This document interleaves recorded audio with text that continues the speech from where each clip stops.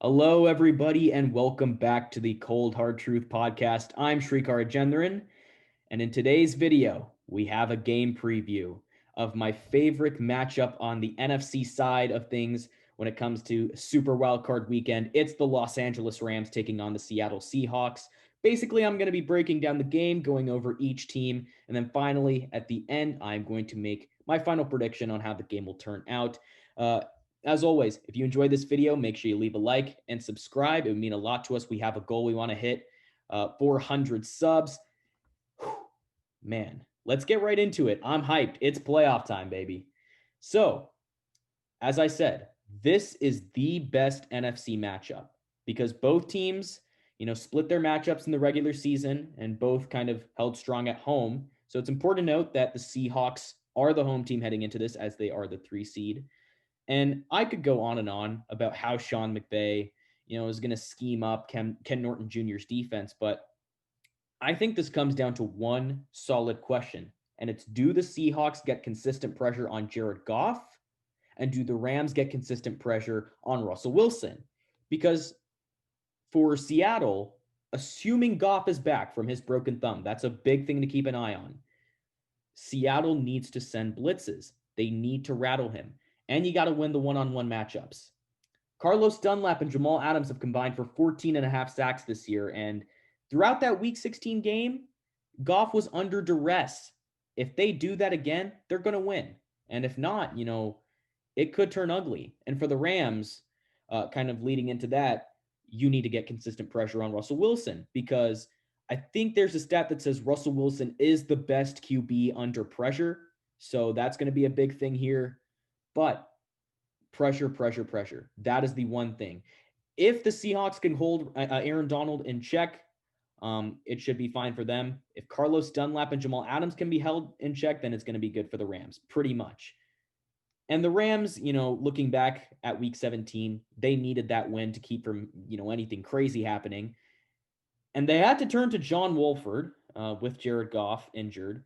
And look, that game started out miserably for him. He ended up shaking off the first play pick, though, and the Rams got their 10th win of the season.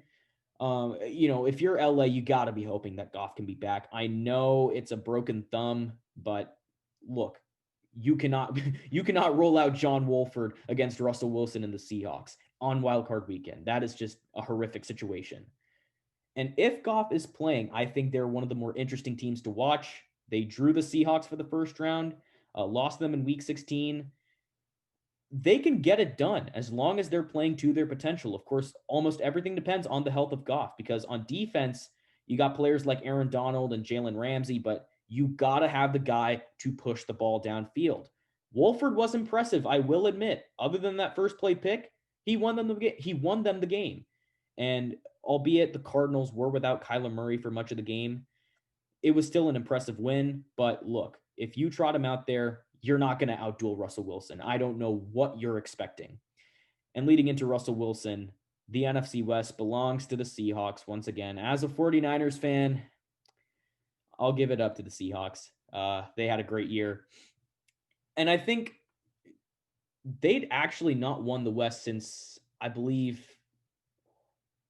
2016. Because, or maybe 2017. May have to fact check me on that, but I think the Rams won back-to-back in 17 and 18, and then the Niners last season. During that span, the Rams and Niners almost made it to the Super Bowl. And really, that just kind of highlights how much talent the Seahawks have been fighting against in their division. So obviously, I'm going to give them credit. In 2020, they pushed through. They won 12 games, 2 ahead of the Rams. And they also just missed out on the number 2 seed. And that honor, of course, went to the Saints.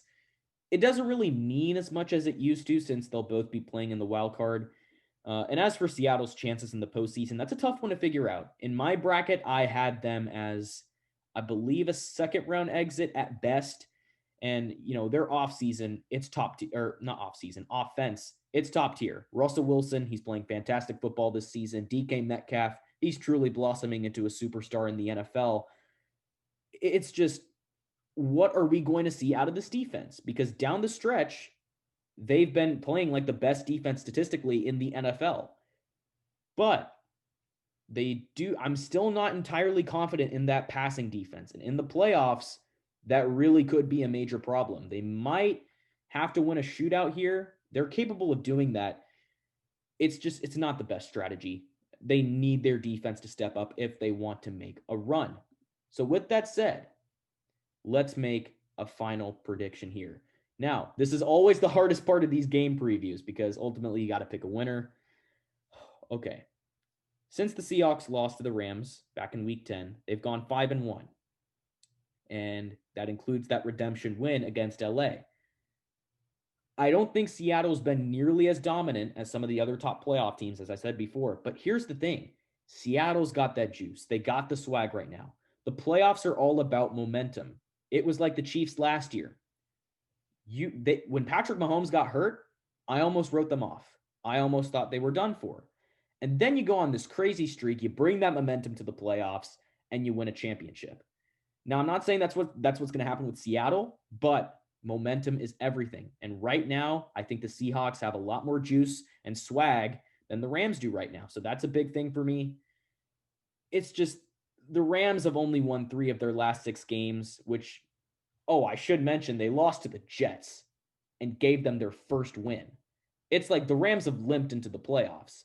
And looking back on that Week 17 game, you barely beat, a largely Kyler Murray-less Cardinals to get in. And, Jared Goff, he's coming off thumb surgery. And even when healthy, I forgot to mention, he's among the NFL's most bipolar passers. You never know what you're going to get out of him. So with Seattle's defense getting better on a weekly basis, I'm predicting they get the best of the Rams.